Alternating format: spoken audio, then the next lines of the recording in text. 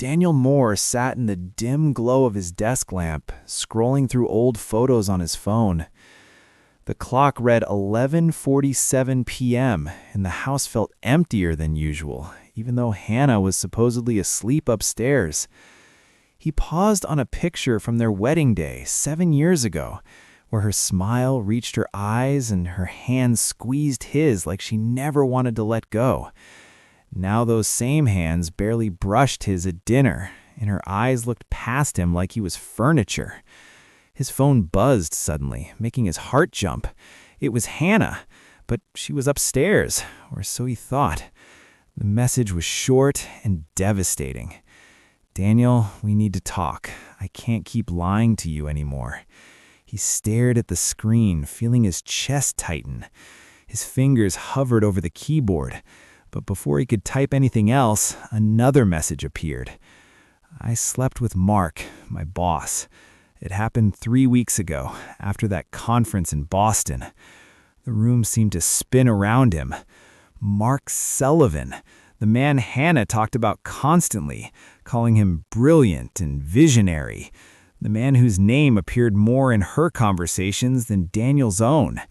He stood up, pacing the small office, trying to breathe, trying to think.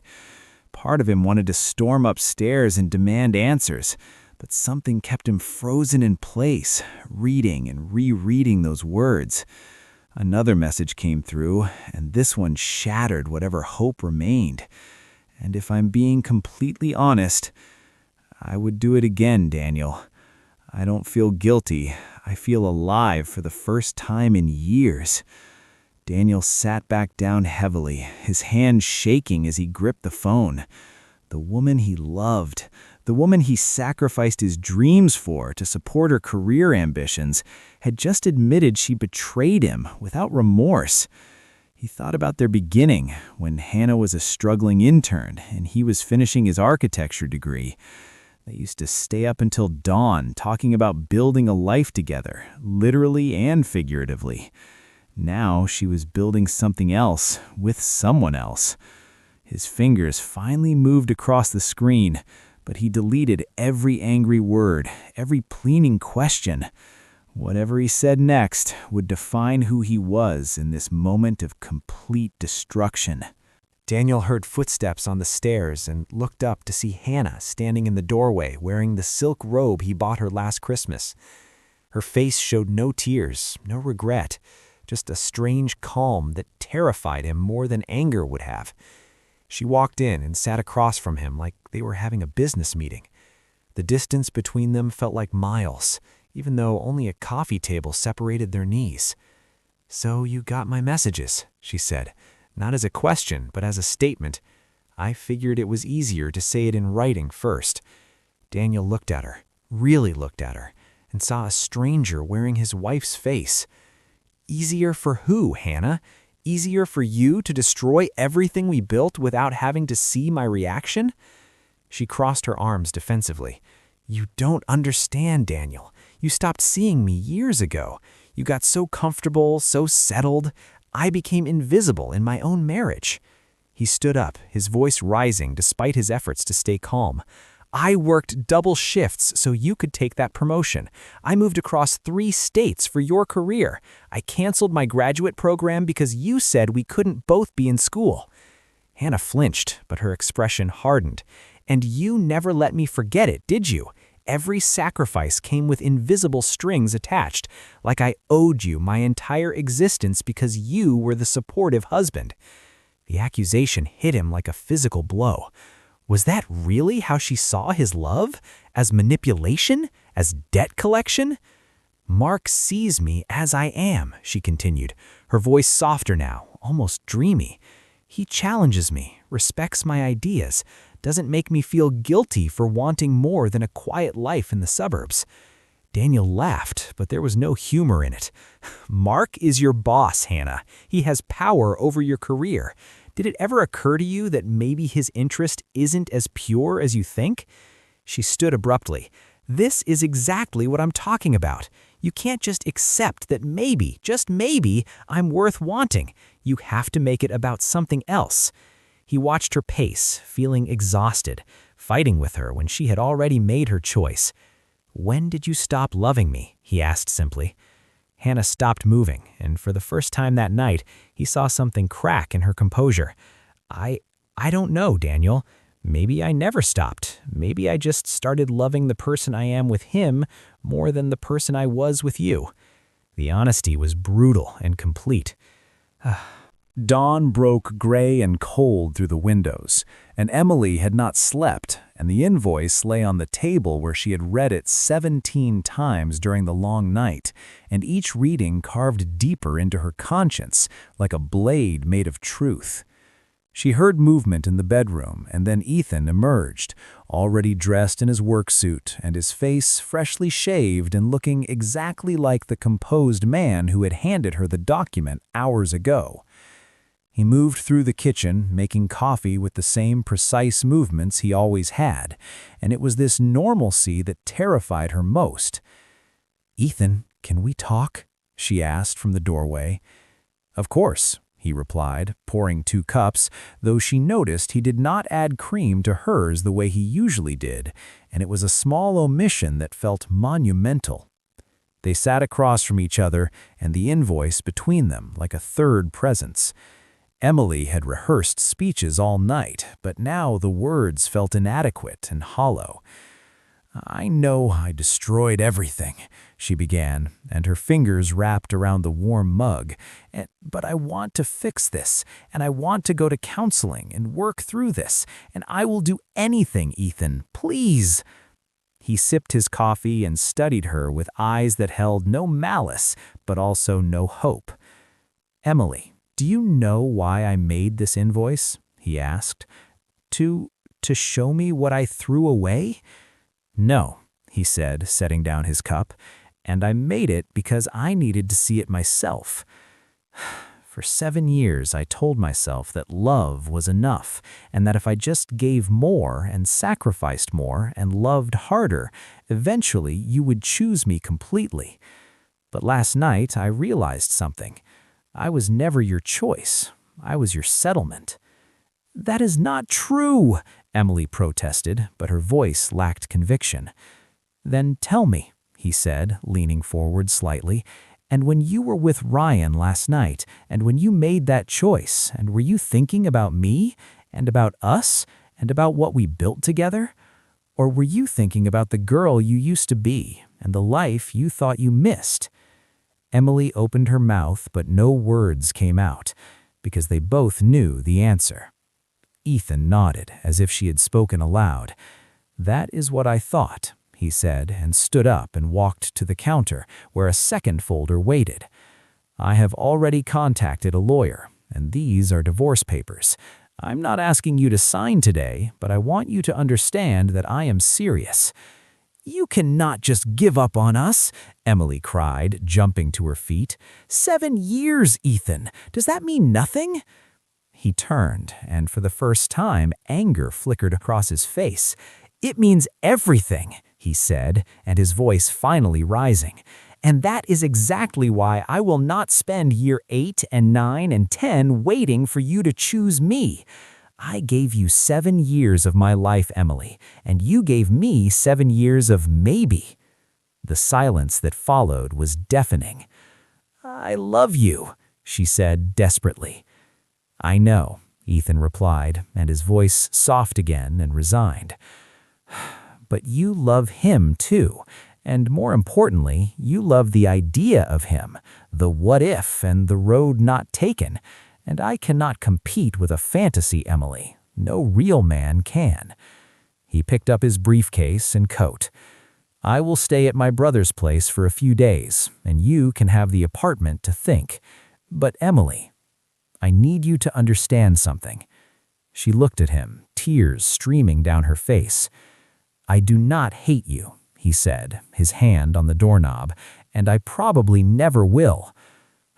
But I finally love myself enough to walk away from someone who keeps treating me like second place feels like victory." The door opened, and before he stepped through, Emily called out, "The $90,000, and do you really expect me to pay it?" Ethan looked back one last time and smiled that same sad smile. "No," he said, "I expect you to understand what it represents, the price of taking someone for granted, the cost of loving carelessly." Then he was gone, and Emily stood in their apartment surrounded by 7 years of shared life and holding an invoice that had nothing to do with money and everything to do with worth. And she finally understood that some debts cannot be paid, only recognized when it is already too late. 2 weeks later, Emily signed the divorce papers, quietly, and her hand trembling as the pen moved across each line. With every signature, she felt pieces of her old life falling away like autumn leaves from a dying tree. She delivered them to Ethan at a coffee shop downtown, the same place they had their first date 8 years ago, and the irony was not lost on either of them. "I signed them," she said, pushing the folder across the table. Ethan looked at the papers, but did not touch them. "How are you holding up?" he asked, his voice polite but distant, like strangers making small talk. "I spoke to Ryan," Emily said. "He made it clear that night meant nothing to him, and that I was just a nostalgia trip and a moment of weakness. I destroyed us for someone who did not even want me." Ethan nodded slowly and sipped his coffee. Softly. "I know," he said. "You knew?" Emily looked up sharply, and her eyes wide. "I always knew," he replied. "Ryan never changed, Emily. People like him never do. They collect moments and not commitments. I knew that if you went back to him, you would discover he was just a beautiful idea that could never survive reality." "Then why did you let me go?" Emily demanded, loudly. "Why did you not fight for me?" Ethan set down his cup and looked at her with eyes that had learned wisdom through pain. Quietly, "Because fighting for someone who does not want to be kept is not love, Emily. It is desperation. And I loved myself too much to beg someone to see my worth." "I see it now," she said, crying. "I see everything I threw away. Ethan, please, I understand now, and can we try again?" He reached across and gently touched her hand for just a moment before pulling back. Softly, "Emily, the invoice I gave you was not about punishing you," he said. "It was about helping both of us understand what we had been ignoring." Calmly, "You needed to see what you were taking for granted, and I needed to see what I had been accepting." "So that's it?" Emily asked, whispering. "It is really over?" Ethan stood and put on his coat. Calmly, "I will always care about you," he said. "But caring about someone and accepting less than you deserve are two different things." Softly, "You taught me that, though you did not mean to, and I'm grateful for the lesson, even though it broke my heart." He picked up the divorce papers. Quietly, "I hope you find what you were looking for, Emily. I really do. But more importantly, I hope you learn to appreciate it when you have it, before it becomes another invoice and another list of things you realized too late." Emily watched him walk toward the door, shouting, "Ethan, wait!" He turned back one final time. "The $90,000, she said, whispering, "I understand now what it meant. Every sacrifice you made, every time you put me first, and every dream you postponed. I understand that I was your dream, and you were just my safety net." Ethan smiled, and this time it reached his eyes just slightly. Softly, "Then the invoice did its job," he said. Calmly, "Goodbye, Emily. I hope you learn to love someone the way I loved you someday. They will be very lucky." The door closed, and Emily sat alone with her coffee growing cold. She understood finally that some mistakes teach us lessons we can never unlearn, and some prices we pay long after the transaction is complete. 6 months later, Ethan stood in his new apartment downtown, unpacking boxes that represented a fresh start. He had been promoted at work and started his master's program, and begun seeing a therapist who helped him understand that choosing yourself is not selfish, its survival. Emily had moved back to her hometown, closed her boutique that Ethan had funded, and taken a job at her family's business. She went to therapy too, and slowly began to understand that she had spent her whole life chasing what she didn't have instead of cherishing what she did. She learned that passion without loyalty is just chaos dressed up as romance. She never paid the $90,000, but she understood that some debts cannot be measured in currency. She carried the weight of that invoice in every relationship that followed. She learned to recognize the difference between love and infatuation, between commitment and convenience, but the lesson came too late for the one person who had truly loved her completely. What we learn. Emily's selfishness taught us that taking someone for granted destroys more than relationships. It destroys trust and self-worth and the possibility of ever getting back what was lost. Her mistake was believing that love without effort would sustain itself, and that security without appreciation was a right, not a privilege. Her bad habit of emotional escapism and always wondering about the road not taken prevented her from fully investing in the road she had chosen. And by the time she learned this lesson, she had already burned the bridge behind her. Ethan's journey taught us that self-respect is not selfish, and that knowing your worth means refusing to accept less than you deserve, even from someone you love. He learned that you cannot save someone who does not want to be saved, and that sometimes the most loving thing you can do is walk away. His invoice was not revenge, but recognition, and a way of making visible all the invisible labor that love requires.